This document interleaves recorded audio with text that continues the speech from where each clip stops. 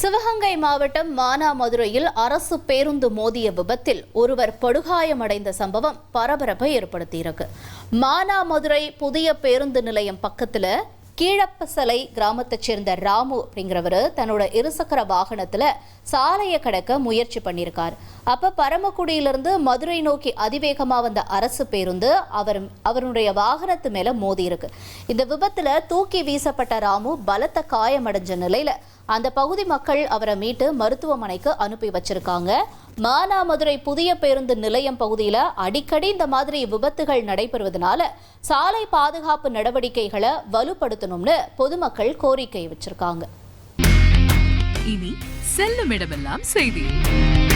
தந்தி டிவியின் வாட்ஸ்அப் சேனலை ஃபாலோ பண்ணினா செல்ல இருக்கும் இடமெல்லாம் செய்தி. இதோ QR கோட் இப்பவே ஸ்கேன் பண்ணுங்க, ஃபாலோ பண்ணுங்க.